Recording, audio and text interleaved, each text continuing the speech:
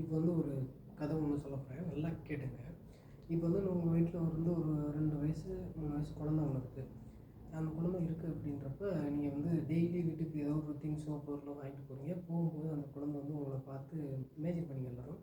போகும்போது உங்கள் குழந்தைய பார்த்தா அப்படியே ஒரு ஸ்மெல் சிரிச்சுட்டு என்னப்பா வாங்கிட்டு வந்தேன்ற மாதிரி கை நீட்டி உங்கள்கிட்ட வாங்கிட்டு உள்ளே போயிட்டு அதை பிரித்து பார்த்து அதில் என்ன இருக்குது அப்படின்றத ஆராய்ச்சி அதை எடுத்து திங்கிறத கேட்டு பிச்சு தான்னு சொல்லி தின்னுட்டு சாப்பிட்டுட்டு அப்படியே ஒரு நைட்டு தூங்கி எந்திரிக்கிறாங்களோட அடுத்த நாள் உங்கள் ஸ்கூலுக்கு ஃபஸ்ட் அனுப்புவீங்க. ஃபஸ்ட்டு ஸ்கூலில் நடப்போம்.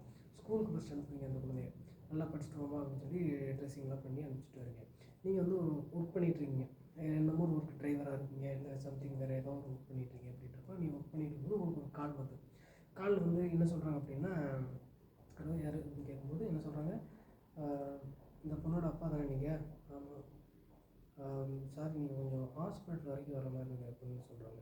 அப்போவே என்ன சொல்கிறது அப்படின்றப்போ உங்கள் மனசு பாதி இதுவாயிடும். பாதி இது டேஞ்சர், இதே வந்து பாதி இது வரும். ஹாஸ்பிட்டல் வரும். எதுக்கு ஹாஸ்பிட்டல், என்னாச்சு என் குழந்தைங்க அப்படின்னு கேட்குறீங்க.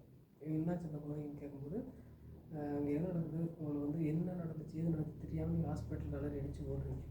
ஓடும்போதெல்லாம் அவங்க மைண்டுக்குள்ளே என்ன ஓடுது அப்படின்னா, அந்த குழந்தை வந்து நேற்று வந்து நம்ம வாங்கிட்டு வந்த தீனியை வாங்கி சாப்பிட்டுட்டு இருந்த அந்த ஒரு நிகழ்ச்சி வந்து உங்களுக்கு வந்து மைண்டில் ஓடிட்டுருக்கும்.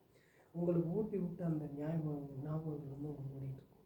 உங்களை வந்து அப்பா அப்பான்னு கூப்பிட்ட அந்த அந்த அந்த பாசங்களாக கூப்பிட்ட அந்த வார்த்தைகள் உங்கள் மைண்டில் ஓடிக்கிட்டே இருக்கும்.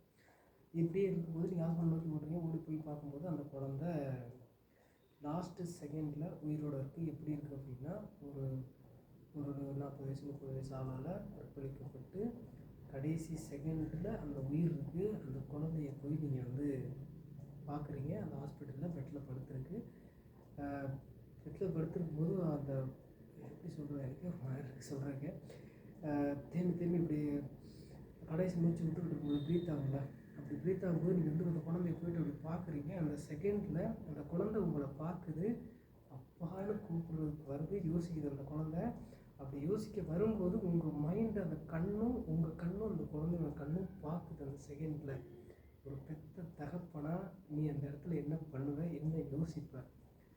எவனாலும் செத்துருவான், பாதி செத்துருவான் அந்த அப்பன். அப்போவே பாதி செத்துருவான். என்னடா பண்ணு, என்ன நடந்துச்சு எது நடந்துச்சு தெரியாமல் அந்த குழந்தை அடுத்து அந்த வீட்டுக்கு அந்த குழந்தை நாளைக்கு வந்து அவன் வீட்டுக்கு அந்த ஜாமான் வாங்கிட்டு போகும்போது அந்த குழந்தை இருக்காது. அந்த இடத்துல அந்த திங்ஸை வாங்குறதுக்கு அந்த குழந்தை இருக்காது. அவங்க அப்பான்னு கூப்பிட்றதுக்கு அந்த குழந்தை இருக்காது.